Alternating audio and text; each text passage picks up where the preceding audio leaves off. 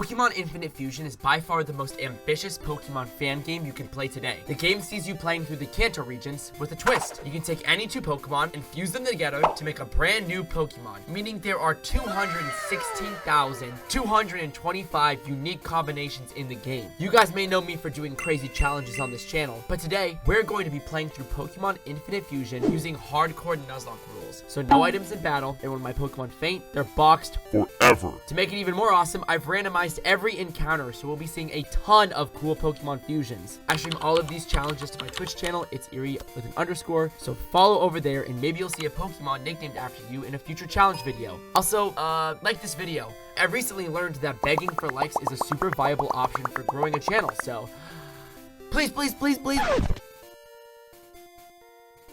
like and subscribe. Let me know in the comments which awesome fusion was your favorite. Without further ado, let's begin. Our journey starts in Pallet Town, where we're allowed to pick one of 3 starters. Except Squirtle and his friends are nowhere to be seen. They're replaced with oh my god, screw the other ones. Is that a Hydreigon Porygon fusion? Fusing them together makes the Wither from Minecraft, which is really coincidental because you'll notice on my channel I play a lot of Minecraft Pokemon mods such as Cobblemon. This will be an amazing first start to our journey. After getting Oak's Parcel, we have a few encounters to pick up before we can make our way to the first gym. I add to our team Payu, Critackle, Typhsect, Yalom, Treepalm, and Dragapod. I'll only be going in detail on important encounters to the run when they're important. So maybe some of you guys will be instrumental to some gym fights, or maybe they'll rot in the box for the rest of the game. Who knows? Brock in this game is still a rock type trainer, but his team has some small upgrades. He rocks the Geogy and Dignix.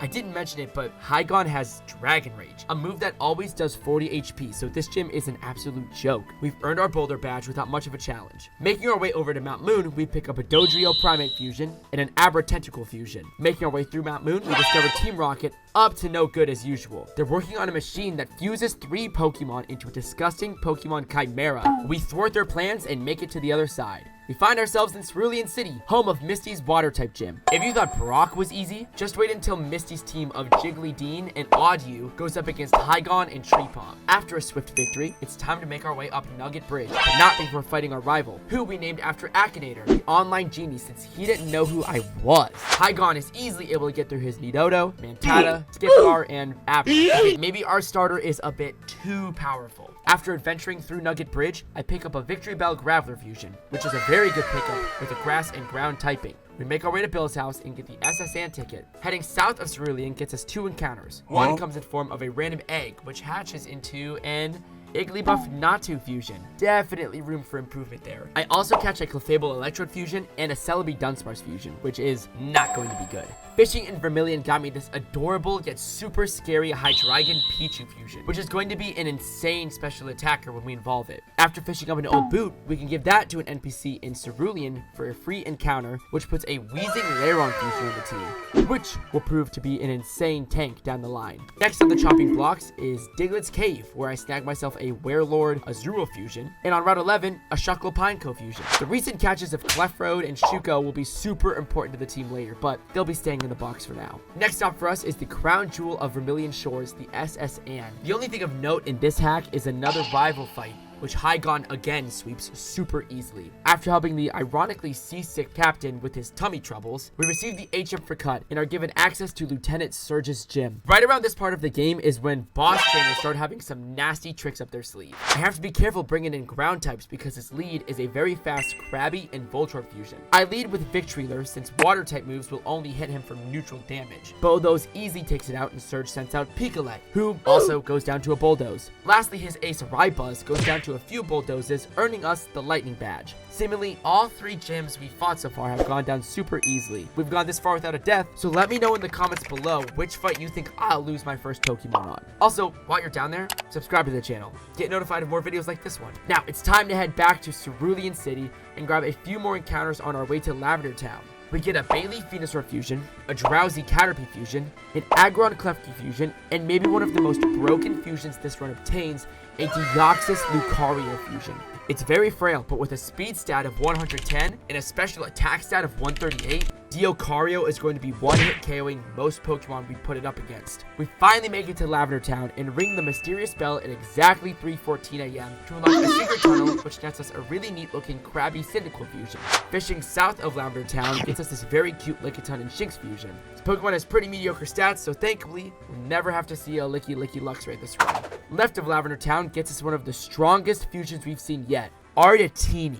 This thing is going to grow into an absolute monstrous ice and dragon type, but for now, we'll leave it safe in the box until we can level it up for its full potential. This route also has the second breeder trainer that gives you a random egg. I had really high hopes for this egg since our last one gave us Igglytu, but sadly we're given a Horsey Weedle fusion that'll see itself rotting away in box 1 for the whole run. As we near Celadon City, we get one more encounter in a Ninetales Articuno. This one isn't nearly as strong as Ardanite will be, but for the time being, a fire flying type will really help us with Erica. Celadon unlocks quite a few Pokemon for us to encounter. We fish up a Nidoking Slowbro, which looks awfully like another Slowbro I know. We also got Emo Jigglypuff, a Jigglypuff Darkrai fusion, but its stats were nothing to write home about, so even though it's a sick Pokemon, I don't plan on using it. Next is Rhydon Rampardos, which is going to be a very strong Pokemon who can evolve it. Next, it's time to take out our rival in Pokemon Tower. Victreeler has a super effective move on his whole team, except Jumpgar, which our newly evolved Rhydragon is easily able to take out. Now we get to explore the area exclusive to this fan game, Celadon Sewers, where we get a Produce Mushroom fusion, which will be a very integral part of our team. After making our way through the sewers, we are met with a fight against Team Rocket's head honcho, Giovanni. This fight has notoriously given me trouble on other challenge runs I've streamed of this game, so I was hoping I'd get enough ground coverage to take him out with no hassle. Giovanni leads with an Arbok Onyx fusion, and Victreeler takes it out with Bulldozes. His switch-in is a Rhyhorn Lapras fusion, which dies really fast to Razor Leaf. Next up is a very tricky Pokemon, a Haunter Kangaskhan fusion. This one is hard to take out since it's a Ghost Normal type, meaning it's immune to Normal's fighting weakness and Ghost weakness. Luckily, I have Haigon still, whose Dark type moves make very quick work of Hankon, winning us this tricky fight with 0 deaths. Before I go to fight Erica, I grab a few more encounters like the C-Dot Diglett that will never leave the box, and a Raichu Nidorina fusion, which was sleeping on the path to Cycling Road. Cycling Road has a Meganium Ariados fusion, which doesn't bolster anything crazy, so it'll just go in the box for now. Before Fuchsia, we snag ourselves an amazing Jinx Blaziken fusion, an ice fighting type that will be particularly useful in some upcoming fights. Next up is one of my favorite parts of Nuzlocking Infinite Fusion. We get to play the randomizer lottery in the Safari Zone. The zone is split up into multiple different areas, so we have a chance at catching quite a few different fusions. First, we catch this Oddish Trapinch fusion. Next, we fail a Porygon 2 Rhydon fusion, which would have been really strong. Next, we fail a Quagsire Mismagius. Then fail a Scyther Pichu and a Wooper Glalie. So only one Pokemon in the Safari Zone, but a Vileplume Flygon is a very good one to get. I decided at this point we're pretty fit to fight Erica, and a higher level cap will make catching Pokemon and fighting trainers on the upcoming routes a bit easier. Erica leads with an Exeggutor Dodrio, which gets one-shot by Jinxakin's 4-time effective Ice Punch. Next up is a Tangela Primate fusion, which gets one-shot by our newly evolved Kadabra Tentacruel fusion, and the same fate befalls her Vileplume Victreebel fusion. So far, we haven't been challenged, but trust me, dear viewer, soon we are going to suffer some heartbreaking losses. It's now time to clean up the rest of the encounters before we fight Koga. On Route 13, we fish up a Pseudo-Wudo Dragonair fusion, which bolsters some pretty mediocre stats. Unfortunately, fail a Mew Furret fusion, who burned my whole party and had an unusually good matchup against my team when transformed into Coughlin. Last but certainly, and I mean certainly not least, we catch a Machop Anorith fusion that holds some serious potential to sweep some future fights. With really no other option but to take him on, we head to Fuchsia's gym to take on Koga. Koga is the gym leader that wiped a previous Nuzlocke I did, since his team is kinda stacked. The star of this team is a Chansey Muck fusion that's a pain to take down. He sends out a Venonat Grimer fusion first, which goes down to a few Blaze Kicks from Jinxakin. Next is Magnafang, which is a Steel type, so Blaze Kick once again puts in good work. However, given that Jinxakin was poisoned, I'm forced to switch for the Beedrill Scyther fusion. After we hit a Flamethrower, Koga switches out to Chinook. It toxics our Coughlin, but with a slew of Bulldozes, we're able to clean up Chinook and Beether. Moving on, the only encounter we can snag for now is at the Fighting Dojo in Saffron City, where we obtain a Weezing Gengar fusion, which is essentially just a tanky Gengar, so I'd love to have it on the team. With nothing left to do but to liberate Silphco, we take on far too many Rocket Grunts and make our way to another free encounter, the Lapras gift, Glaceon Dialga, an absolute powerhouse Ice Dragon type with a beautiful sprite and an insane special attack stat. In the next room is our rival Akinator. Seems like he still doesn't know who I am after all this time. So I psychic his Nidogeot and get by an insane payback from his Tauros, nearly killing Deocario. I was able to snag the kill on it with Power Up Punch, but need to switch out after he sends out Electados. I send out Victory Limb to become immune to his electric type moves, and send a flurry of Rock Blast to take out the flying electric type. Next in is Jump Guard, which goes down to 2 flamethrowers from 9-0.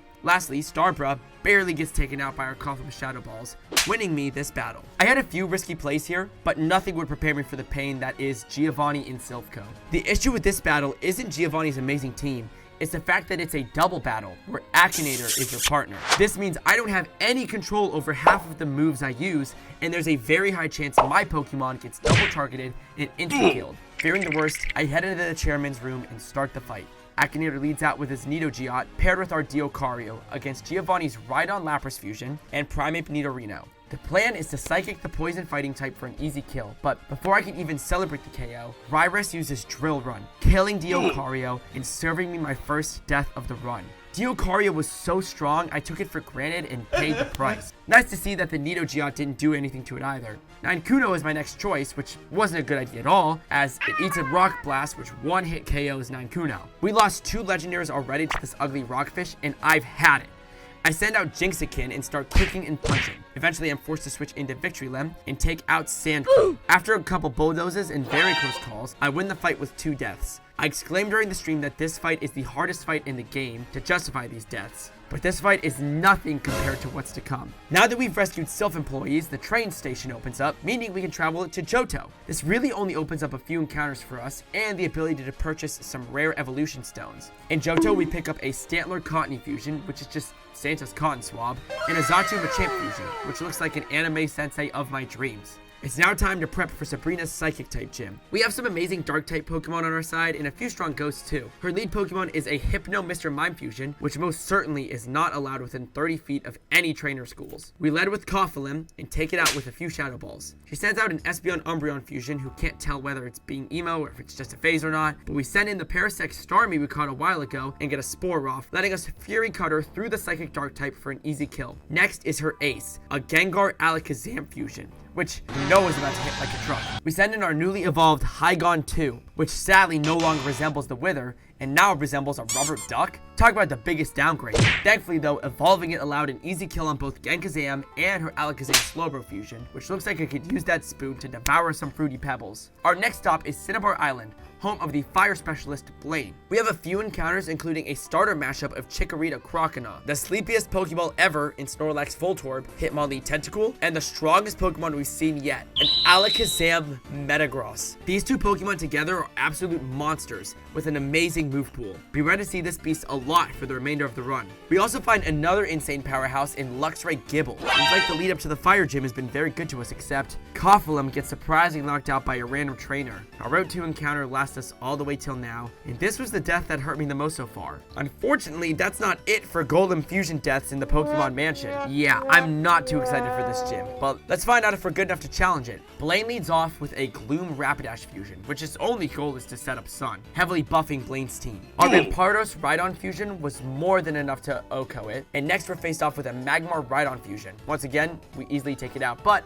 I get a bit greedy against the Charizard Aerodactyl fusion, losing Rampdon. Our Railord Azumarill fusion is able to set up Rain and sweep the remainder of his team with ease. Easy! We collect our 7th badge and prepare for the hardest challenge of this run. We head over to Mount Ember, where we have to face the true, strongest Chimera Pokemon there is, Zapmolkuno. This fight is notoriously hard for Nuzlockers. It's essentially a 1v3 battle against all 3 legendary birds. You have to play extremely smart to win this battle deathless, or you can just do what I did. Yeah, you can see I totally just sent in a team of either fast or tanky Pokemon that explode and totally cheese this fight. I don't feel bad for doing this because in my first playthrough when I got to this boss fight blind, I was frozen, paralyzed, and crit like it was no one's business. It was my turn to take that sucker out. Now it's time for our final battle with Giovanni in the Viridian City Gym. Team Rocket's boss leads off with his Rhyperior Lapras, the same Pokemon that gave us so much trouble last time. Our Machamp takes it pretty low, but it can't finish it off. I set out a Crobat Octillery fusion I caught in Seafoam Island right before this gym to take out the Ryrus. I switched to Vileplume Flygon to handle the Dugtrio Electabuzz fusion, but I'm unable to take it out this monstrous kaiju of Gliscor and Tyranitar. The plan is to send out Jinxikin to use Ice Punch, but we die to a single earthquake. I need Glaciaga to take out this T-Tar fusion, but instead I take out the Golem Machamp fusion. Glistar comes back out, takes out Glaciaga, and we lose Octobat to his ace, Rhyhorn and Snorlax fusion. It's up to Armaldo Machamp to finish this fight off, and we barely clutch it out with only a few hit points left, and an 8th gym badge under our belt. Now, I lost the footage of us catching the remainder of Pokemon in Johto in the Sevi Islands, but the standout were a Togepi Magnemite fusion and a Machop Darkrai fusion, which would prove to be very valuable in the Elite Four. The Elite Four this run is tricky because they all have insane coverage using fusions. For example, Lorelei usually struggles against rock and fighting types, but with Pokemon like Mampro and Jinx Growth, we're biting off a bit more than we could chew. The team I decided to take on to the Elite Four is Void the Dark Champ, Lucky the Armalchamp, Nightbot the Luxchomp, Mommyhoy the Alagros, Venus the Ardanite, and Mommyhoy the Togazone. We start things off with the fight against Lorelei. We lead off Dark Champ against Lorelei's Magong. One cross chop does it. Next is Jinx Growth. I use Alagros and use a mixture of Meteor Mash and Recover until it switches to Mamabro. One Meteor Mash does that in. Weavgrass is next, and since it's quad weak to fighting, our Malchamp comes in for an easy cross chop KO. Next is Tentaster, which goes down to Ardanite, who finishes the fight for a deathless Lorelei. With what feels like a rock in my stomach, we make our way to the fighting master, Bruno. Bruno leads Mavire, so we counter with Alagros. We set up some Calm Minds and sweep his Mavire, Marochan, Steel Champ, Scissorcross, and Magnemix for a damageless Bruno. The anxious feeling immediately turned to cockiness as I entered the lair of Kanto's spookiest woman, Agatha. Leading Togazone against Mistbat, Discharge forces a switch into Gendoom. Forgetting that Houndoom is a fire type, I lose Togazone to an Inferno. Our Malchamp avenges me and barely loses to Wobgar, who is a Wobbuffet Gengar fusion with Shadow Tag, meaning I couldn't switch out. Luxchomp is able to clean up Wobgar, Umtur, Snorgard, and Mistbat, winning us this fight. Unfortunately, our lead for Lance was Togazone, whose sacrifice went in vain, putting us to a huge disadvantage for the fight with the Dragon Taming Master. I lead Ardanite, hoping to set up with Dragon Dance and sweep his entire team. He leads Dragados, who I one-shot, but I failed to kill the Toganite, losing Ardanite, and leaving me with only half of my main team. I sent out Alagros to set up, heal, and demolish Toganite, Typhimar, Tyrannodactyl, and finally Porydraw. This is it. Alagros, Darkchamp, and Luxchomp are the only help we have of becoming the champion. You know, dear viewer, sometimes you can do everything right, but the universe doesn't want you to succeed. But the multiverse exists, and I have footage from a universe where we win and one from where we don't. Unfortunately for the EYRIE in the Lost universe, his plan of one-shot killing Akinator's Nidogeot was foiled by a miss. The Bird King fusion uses Swords Dance and proceeds to outspeed and sweep his entire team. Thankfully for you, dear viewer, we live in a universe where the Thunderfang did hit, and we use Alagros to set up with Calm Mind to the max and sweep the entire team with no effort. Easy. So, yeah, I technically really didn't win this Nuzlocke, but that's the amazing thing about artificial challenge runs. You can play however you want, as long as this was fun for you. For me and chat that day, we really needed a win, and I can't thank Mommyhoy and Alagros enough for the carry. Thanks a lot for watching this video. Remember to follow the Twitch and be part of challenge runs just like this one. Subscribe, leave 10,000 likes if you can, and comment what Pokemon fusion you enjoy the most from this hack. I've been EYRIE, and you have an amazing day.